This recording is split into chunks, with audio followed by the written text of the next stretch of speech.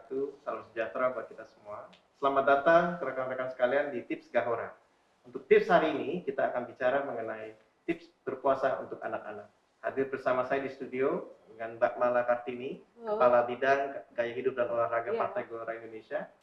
Juga bersama kami hari ini Dr. Natalia Ningrum, spesialis anak dari Dokter Spesialis Anak di Rumah Sakit Brawijaya Saharjo, dan juga Wakil Kepala Biro Olahraga Bidang Gahora Partai Gelora Indonesia. Selamat datang Mbak Mala, Dr. Natalia. Selamat pagi. Mas Fira. Nah, jadi kan buat yang kawan-kawan yang mungkin udah berkeluarga, punya anak, menyambut bulan Ramadan ini kan salah satu pertanyaan adalah bagaimana tipsnya supaya anak-anak ini bisa berpuasa dengan baik dan lancar. Nah, kalau dari Mbak Mala nih gimana Mbak? Terima kasih ya Mas Fira. Kalau saya ini kan hanya sebagai pelaku ya. Kalau ini kan nanti ada Bu Dokternya yang bisa memberitahu lebih detail. Kalau saya ini apalagi di saat masa pandemi seperti ini kan, apalagi kita dari Partai Gelora Indonesia tuh ingin memberikan masukan kepada masyarakat segala elemen, termasuk anak-anak ya kan. Kalau yang dewasa udah paham lah mereka gitu. Tapi kalau untuk anak-anak itu kan banyak hal yang harus dipikirin karena moodnya mereka dan umurnya juga dari makanan mereka juga kan tergantung kesukaannya juga kan gitu. Lagi masa pandemi seperti ini kan harus concern dengan makanan-makanan yang sehat, bergizi gitu, dan istirahat, dan juga mungkin waktu olahraganya juga perlu dipersiapkan dan dipikirin untuk di rumah masing-masing begitu, Mas Wira. Ya, kalau misalnya kita ngomong olahraga buat anak-anak itu biasanya apa Mbak Mala, yang olahraga yang artinya dibolehkan atau mungkin ada olahraga yang tidak dibolehkan gitu? Iya. Kalau untuk olahraga sendiri untuk anak-anak, apalagi di bulan puasa ya, apalagi di masa pandemi, itu yang tadinya biasanya rutin gitu kan, ketika bulan puasa itu dilakukan aja lagi gitu, tetapi waktunya mungkin dikurangin. Yang biasanya waktunya misalnya mereka olahraga seminggu 2 kali, setiap olahraganya itu 1 jam, tapi mungkin waktunya udah dikurangin, dan tonase olahraganya juga jangan terlalu kardionya nggak usah terlalu high cardio gitu. Misalnya kalau anak-anak bisa buat jalan atau berenang menuju buka puasa ya gitu, atau mereka bersepeda, seperti itu, bersepeda fun aja gitu. Jadi intensitas dan juga waktunya seperti itu. Nah, kalau dari Dokter Natalia ini kita boleh nanya nih Dok ya. Kalau tadi kan Mbak Mala ngomong makanan juga harus diperhatikan. Jadi kalau untuk anak-anak tuh makanan apa gitu Mbak? Terima kasih Mas Wira pertanyaannya. Jadi sebelum saya menuju ke makanannya apa, mungkin ada sedikit tambahan dari saya ya. Jadi bahwa berpuasa pada anak-anak itu kan sebenarnya kita harus melihat dari sisi kesiapan mental dan sisi kapan anak itu wajib untuk berpuasa. Ya, jadi kalau kita katakan anak wajib berpuasa itu adalah anak yang sudah akil balik. Jadi misalnya kalau laki-laki mungkin sudah mimpi basah dan perempuan sudah menstruasi, maka disitulah seorang anak wajib untuk berpuasa. Nah, selain itu sebelum dia akil balik, maka seorang anak itu tidak wajib untuk berpuasa. Sehingga yang kita lakukan adalah memperkenalkan anak tersebut untuk nantinya akan berpuasa secara wajib. Sehingga yang harus kita perhatikan sendiri adalah kesiapan dari sisi mental dan emosional anak tersebut gitu ya. Jadi kapan kita bisa memperkenalkan anak itu untuk berpuasa tergantung lagi dari anak-anak tersebut.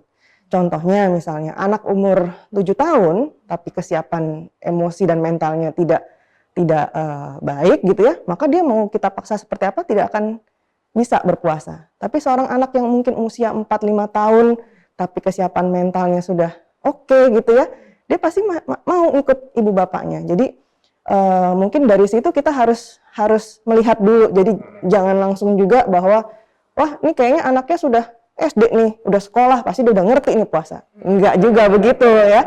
Jadi kita sendiri sebagai orang tua juga di situ perlulah seni dan ilmu juga untuk memperkenalkan, menyiapkan seorang anak itu untuk berpuasa.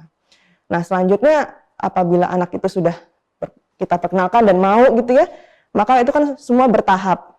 Ya, mungkin waktu balita dia udah melihat ibunya menyiapkan sahur gitu ya, anaknya bangun, nggak apa-apa, boleh aja ikutan sahur gitu.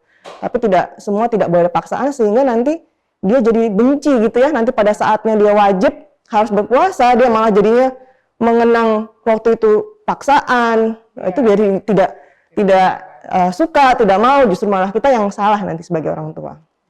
Nah, kalau dari segi makanan sendiri, itu memang benar harus gizi menu seimbang gitu ya. Jadi bukan berarti kalau misalnya nggak makan, kalau di Indonesia mungkin sekitar 10-12 jam gitu ya kan, karena kan tergantung dari belahan dunia ya. Tapi kalau di Jakarta lah kira-kira, atau di Indonesia kira-kira 10-12 jam. Itu bukan artinya kita harus apa ya, balas dendam gitu ya, jadi sahurnya harus lebih banyak, bukanya kan minusnya banyak, jadi harus banyak juga, nggak gitu juga. Tapi pemilihan makronutrien yang mungkin yang harus kita perhatikan. Memang kita harus, kalau secara keilmuan, memang kita harus menghitung kebutuhan kalori anak tersebut. Kenapa? Karena dampaknya adalah pertumbuhan dan perkembangan anak tersebut gitu. Jangan sampai sesuatu yang tidak wajib, kita malah mengganggu tumbuh dan kembang anak tersebut gitu aja sih. Jadi mungkin tipsnya adalah kita menghitung kebutuhan kalori, ya, terutama kalorinya adalah yang makronutrien, gitu ya. Kemudian tips berikutnya adalah pemilihan jenisnya, jenis makanannya apa ya sebenarnya. Jenis makanan tersebut adalah yang terpenting, makronutriennya adalah asam amino esensial, misalnya seperti protein hewani, protein nabati, itu juga penting. Dan kalau karbohidrat sendiri sebenarnya yang bagus adalah yang kompleks ya, Mbak Mala mungkin tahu ya. Jadi jangan yang simplex. Artinya kalau simplex itu kita pakai untuk pada saat sahur, anak tersebut akan cepat craving lagi untuk ingin makan lagi gitu ya. Sedangkan kalau kita pakai yang kompleks, maka mungkin dia bisa bertahan agak lama.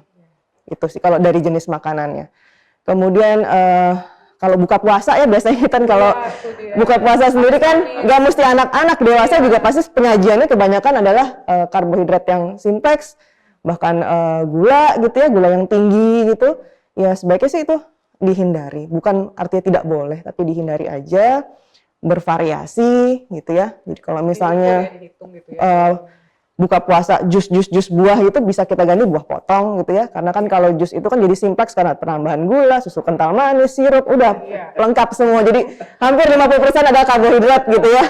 Sehatnya cuma sedikit. Iya, jadi dia akan kenyang tapi hanya sebentar gitu, nggak kompleks gitu aja sih. Kalau dari segi apakah perlu suplementasi gitu ya, suplementasi vitamin, apa suplementasi nafsu makan, saya rasa kalau misalnya memang selama ini kecukupan gizinya sudah cukup dari makanan, tidak perlu sih suplementasi. Kecuali memang ada kondisi tertentu, misalnya seorang anak itu ada defisiensi zat besi, atau seorang anak itu defisiensi vitamin D, maka ya tetap kita harus menjalani, artinya pengobatan atau terapi dari defisiensi tersebut gitu. Tapi kalau misalnya anak itu tidak ada suatu kondisi tertentu, saya rasa sih tidak perlu adanya suatu suplementasi, karena sudah cukup dari penyajian makanan ibunya yang makro dan mikronutriennya sudah tercukupi. Mungkin dari saya sih seperti itu, Mas Fira. Tadi dokter kan menyebutkan soal karbohidrat simplex. Ya. Mungkin Mbak Mala bisa memberikan sedikit tips atau bocoran gitu. Maksudnya kalau Mbak Mala sendiri karbohidrat seperti apa yang Mbak Mala gunakan gitu. Karena kan mungkin banyak rekan-rekan kita masih bingung nih, yang simplex yang mana, yang kompleks yang mana. Gitu. Kalau lebih ditanya sih sama ada dokter kali ya. Tapi kalau ngomongin menu sehat di rumah nih ya, gitu, rumah gitu. Kalau saya sama suami itu udah ganti menu karbohidratnya tuh, kita udah bisa dapat tuh kan dari, kalau misalnya sayuran tuh dari brokoli gitu. Terus lalu proteinnya ada dari ayam kita biasanya gitu kan. Atau kita udah ganti ubi atau kentang. Kita udah biasanya seperti itu gitu. Tapi kalau untuk anak-anak nih kan agak PR kalau kita kasih kayak begitu ya, gitu loh. Biasanya sih saya tetap nasi, tapi takarannya nih, gitu kan, takarannya aja yang nggak dibanyakin gitu, karena kan itu gulanya tinggi ya. Bagi saya biasanya anak-anak juga udah harus belajar makanan sehat di situ gitu. Ya ditambah sayur-sayuran pastinya seperti itu, sama juga protein yang tadi kayak Dokter Natali bilang gitu. Protein kita biasanya ngambilnya sih dari ikan sama ya pokoknya daging putih ya, sama ayam gitu biasanya gitu. Ayam juga milih dagingnya daging yang rendah lemak seperti itu. Tapi kalau bulan puasa biasanya sih buka puasa tuh pasti teh manis, dan teh manis ya kan, teh manis gitu kan. Kolak juga. Nah, kolak malah udah biasain nggak makan kolak kita di rumah.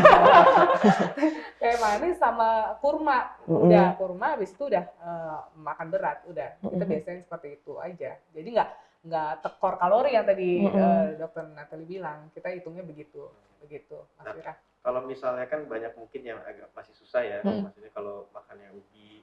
Iya itu. Nah, kalau misalnya alternatif nasi itu apa, Mbak? Misalnya apakah misalnya bakmi, apa pasta, atau mungkin nasi merah gitu, ada alternatif yang mungkin lebih bisa diterima gitu, atau lebih biasa orang gitu. Iya, kalau untuk apa namanya orang dewasa tuh mudah sih, ya orang dewasa mudah mau nasi merah juga dipaksa makan bisa, mie bisa, ya kan mie gitu. Tapi kalau untuk anak-anak, ya mungkin yang tadi kembali lagi tergantung anaknya gitu kan. Mungkin ada juga yang suka nasi merah, mereka oke gitu kan, nggak apa-apa juga dikasih biar mereka udah belajar makan sehat dari kecil gitu kan ya. Bisa dikombain cara masaknya begitu. Atau kalau misalnya yang lain mie spaghetti gitu bisa, tapi tinggal cari yang spaghettinya yang brown rice ya, kan itu dibuat enak juga anak-anak mau gitu. Paling itu aja sih kalau dari saya pilihannya buat anak-anak ya, karena anak-anak kan ada anak-anak yang mau nih makan apapun sehat gitu, tapi ada anak-anak yang picky ya gitu, itu yang harus pinter-pinter seperti itu gitu. Jadi memang orang tua juga harus belajar masak nih ya. Jadi nyari orang berikutnya adalah bagaimana memasak, menyiapkan yang sehat gitu. Menu-menu ya, menu-menu untuk anak-anak gitu ya. Nah, kalau Dokter Natali ini ada nggak misalnya obat-obatan atau apa yang kita harus siapkan gitu selama bulan puasa untuk mengantisipasi misalnya anak kita sakit atau gimana gitu pas menjalani puasa itu, atau memang biasa aja seperti tinggal dikasih minum suruh total sekarang minum makan terus gitu. Oke, makasih pertanyaan. Jadi kalau anak itu kita rasa kondisinya tidak fit untuk berpuasa, ya otomatis kita tidak usah gitu ya. Ini kita bicara tentang anak-anak yang memang belum akil balik gitu ya, Mas Wira ya. Maksudnya artinya kita masih mempersiapkan belajar, jadi tidak usah dipaksakan, jadi tidak usah berpuasa. Lalu adakah obat yang perlu disiapkan? Saya rasa ya obat-obat yang pada umumnya aja, memang kalau kita punya emergency obat di rumah seperti obat panas gitu ya, obat batuk yang OTC ya, artinya bisa kita beli di apotek gitu ya tanpa perlu resep, ya nggak apa-apa disiapin. Pokoknya yang perlu digarisbawahi adalah kita tidak boleh memaksakan sesuatu yang memang belum diwajibkan gitu mungkin ya. Jadi namanya juga mempersiapkan ya udah. Jadi kalau misalnya kita rasa anaknya misalnya, wah mah pusing banget, lapar banget, ya udah sebisanya dia gitu ya. Jadi kita juga memberikan target juga tidak boleh terlalu rendah, tidak boleh terlalu tinggi. Artinya misalnya kamu nanti sampai beduk aja ya dek, nanti habis itu buka. Nah kalau anaknya bisa, kenapa mesti sampai beduk? Ya biarin aja sebisanya dia gitu loh. Jadi nggak perlu juga kita memberikan target terlalu rendah dan terlalu tinggi. Pokoknya kamu harus sampai buka ya, baru habis buka baru mama kasih makan. Kalau enggak gitu juga nggak boleh. Lalu mungkin saya sedikit boleh menambahkan ya tentang menu makanan. Saya rasa juga tidak perlu merubah kebiasaan makan ya. Artinya kalau misalnya mau puasa, karena harus menunya harus gizinya bagus nih, maka jadinya heboh gitu ya. Jadinya jadi sehat banget gitu. Jadi maksudnya dalam arti itu kok ini kayak beda dari biasanya nih mama masak gitu, nggak perlu gitu juga. Sebenarnya sesimpel gini ya, nasi dengan omelet gitu, telur omelet itu sudah cukup menurut saya ya. Di dalamnya bisa kita taruh daging cincang, bisa taruh keju, itu saya rasa sudah suatu yang kompleks, proteinnya dapat, ya karbohidratnya juga dapat. Nah karbohidrat sendiri juga tidak perlu terlalu, untuk anak-anak saya rasa juga tidak usah terlalu pusing banget itu dengan kompleks, apakah dia harus nasi beras merah atau yang lain-lain, karena itu kita harus bikin dia senang gitu ya. Oh kalau nggak puasa makan nasi boleh, nasi putih kenapa sekarang jadinya nasi merah rasanya kayak gini gitu kan. Dia udah pagi aja makan udah nggak perasaannya sudah nggak semangat gitu ya. Sebenarnya Subuh nggak gitu apa-apa sih. Saya rasa sih yang simple aja, telur, ikan itu udah bagus banget gitu asam aminonya. Jadi saya rasa cukup. Jadi nggak perlu terlalu juga tadi masak ibunya boleh ya, maksudnya dia berkreasi, tapi juga tidak perlu mengubah kebiasaan anak tersebut untuk makan gitu. Misalnya anaknya memang biasa nasi sama ayam sayur asam, ya udah nggak apa-apa gitu aja cukup. Terus kalau mau sahur, itu mau puasa nih 10 jam makannya harus 2 piring ya supaya kuat gitu juga nggak perlu juga gitu ya.